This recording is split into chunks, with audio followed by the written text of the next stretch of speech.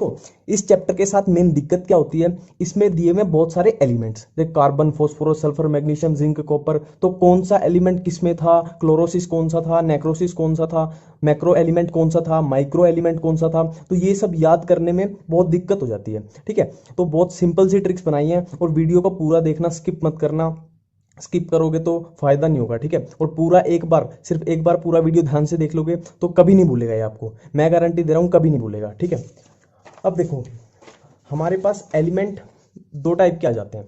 ठीक है, essential element हमारे पास 17 होते हैं, वो दो टाइप के आ जाते हैं, मैक्रो एलिमेंट और माइक्रो, जिसमें मैक्रो होते हैं 17 में से 9 और माइक्रो होते हैं 8।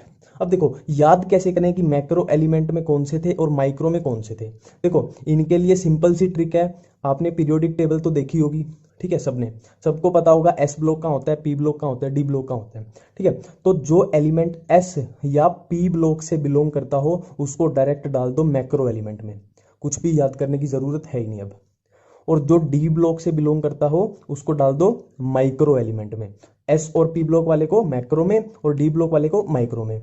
इसकी सिर्फ एक एक्सेप्शन है, एक एक्सेप्शन है, वो है क्लब। ठीक है, क्लब में हमारे पास है क्लोरीन और बोरोन, ये एक्सेप्शन है, ये बिलोंग करते हैं पी ब्लॉक को पर ये जाएंगे माइक्रो में। ठीक है, ये याद रखना बस। बाकी देखो मैक्रो में एस और पी ब्लॉक वाले carbon, hydrogen, nitrogen, oxygen, phosphorus, sulphur, calcium, magnesium, potassium.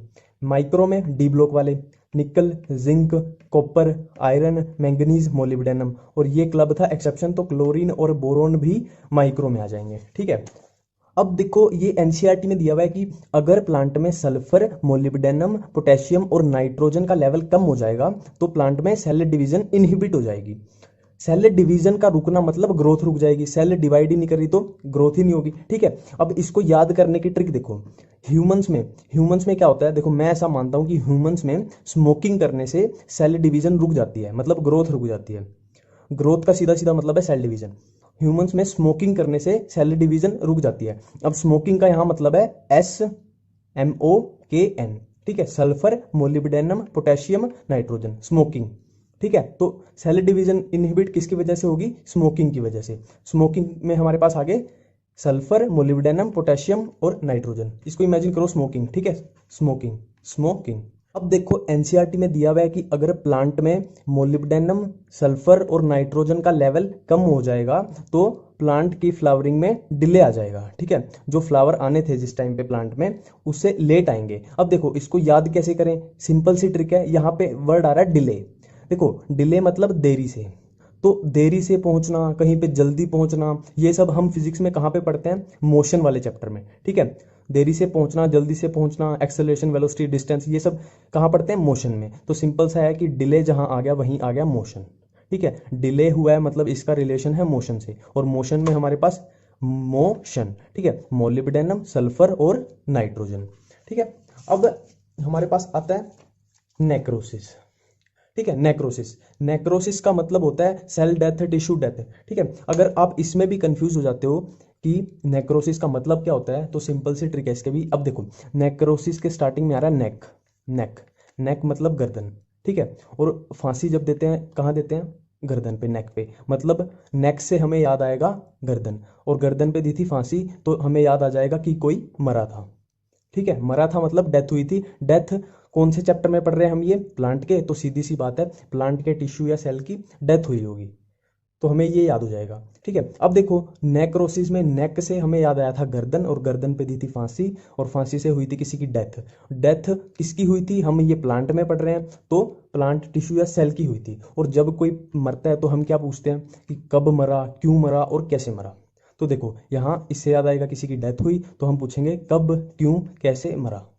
ठीक है, कब, क्यों, कैसे मरा, कैल्शियम, कॉपर, पोटेशियम और मैग्नीशियम। ठीक है, लास्ट हमारे पास बचता है इसमें क्लोरोसिस। अब देखो मेरे साथ एक बार क्या हुआ था, जो नहाने का मग होता है, ठीक है, नहाते हैं जिससे वो डिब्बा, नहाने का मग होता है, उसमें मेरा मोबाइल गिर गया था। ठीक है, और क्या हुआ, कल फिर से गिर गया।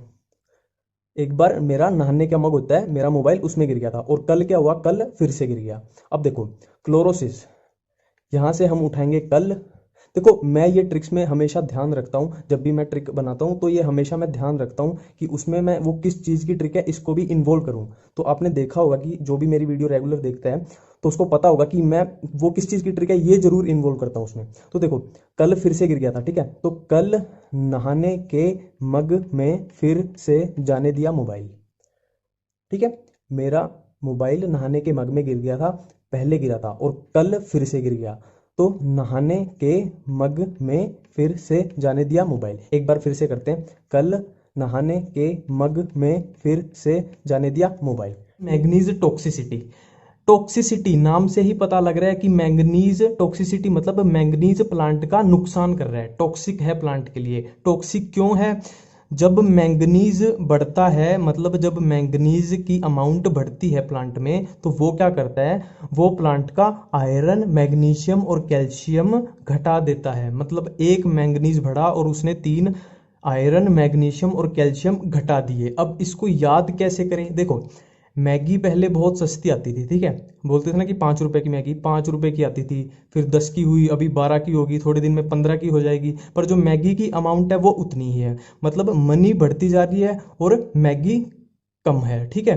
तो मनी ज़्यादा फिर भी मैगी कम, मनी ज़्यादा होती जा रही है पर फिर भी मैगी कम।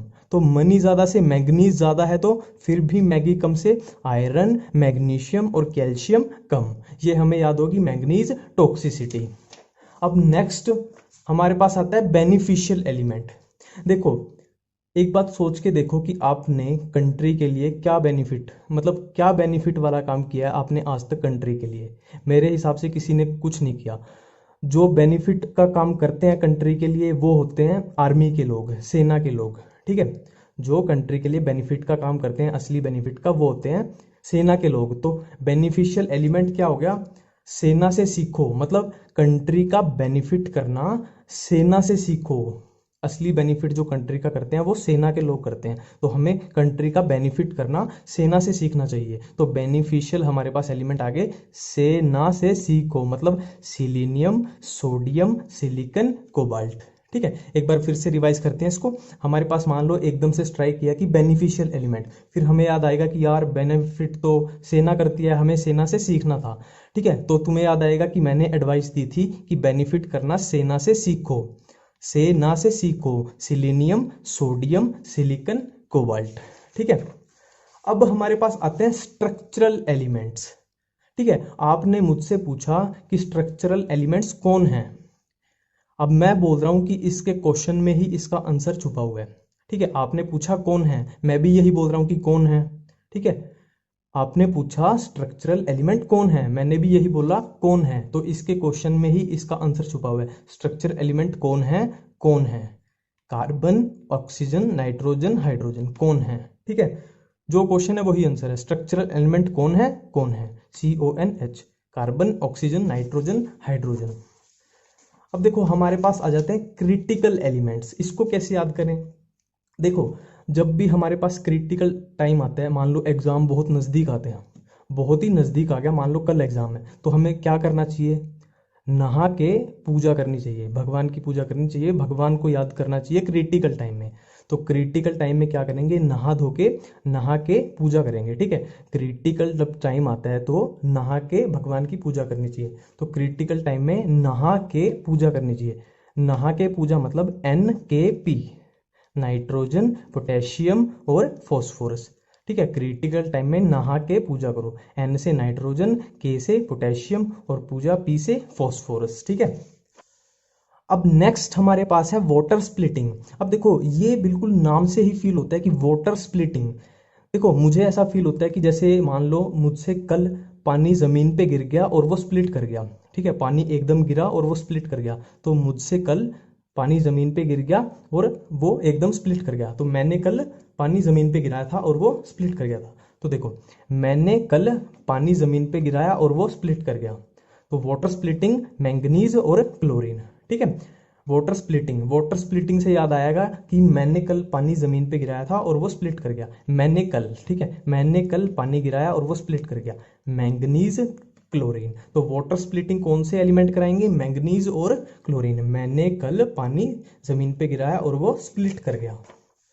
अब देखो नेक्स्ट हमारे पास आता है अनायन कटायन बैलेंस। अब देखो नाम से ही लग रहा है अनायन और कटायन, जैसे अनायन और कटायन दोनों भाई भाई हैं, है ना, लग रहा है ना नाम से कि अनायन और कटायन दोनों भाई भाई हैं। अब देखो ये सबको पता है कि चाहे कोई भाई भाई क्यों ना हो, किसी दो बंदों का दिमाग सेम लेवल का नहीं हो सकता, कोई ज़्यादा इंटेलिजेंट है कोई कम है, ठीक है। तो ऐसे ही ये दो भाई हैं पर इनका दिमाग सेम नहीं हो सकता, पर ये भाई भाई हैं तो इन्हें बैलेंस भी बना के रखना है, कहाँ पे, एग्जाम में, ठीक है। तो इन्हें बैलेंस मतलब इक्वल नंबर लाने हैं, इन्होंने दो भाई हैं, इन्होंने एग्जाम में बैलेंस बना के रखना है, मतलब इक्वल नंबर लाने हैं, पर इनका दिमाग सेम हो नहीं सकता, तो इनके पास एक ही ऑप्शन बचा, एक दूसरे की नकल मार लेते हैं, ठीक है। जो इसको आता है वो इसको नकल मार लेगा और जो इसको आता है वो इसकी नकल मार लेगा, तो दोनों का बैलेंस बन जाएगा, ठीक है। तो यही अपनी ट्रिक है कि नकल, ठीक है। नकल की स्पेलिंग क्या लिखेंगे, NaKCl, दोनों आपस में अनायन कटायन नकल मार लेंगे तो बैलेंस बन जाएगा। तो अनायन कटायन बैलेंस कौन बनाएगा, सोडियम, पोटेशियम और क्लोरीन, ठीक है। अब एक है स्टोमेटल ओपनिंग एंड क्लोजिंग, कौन करवाता है, इसको कैसे याद करें।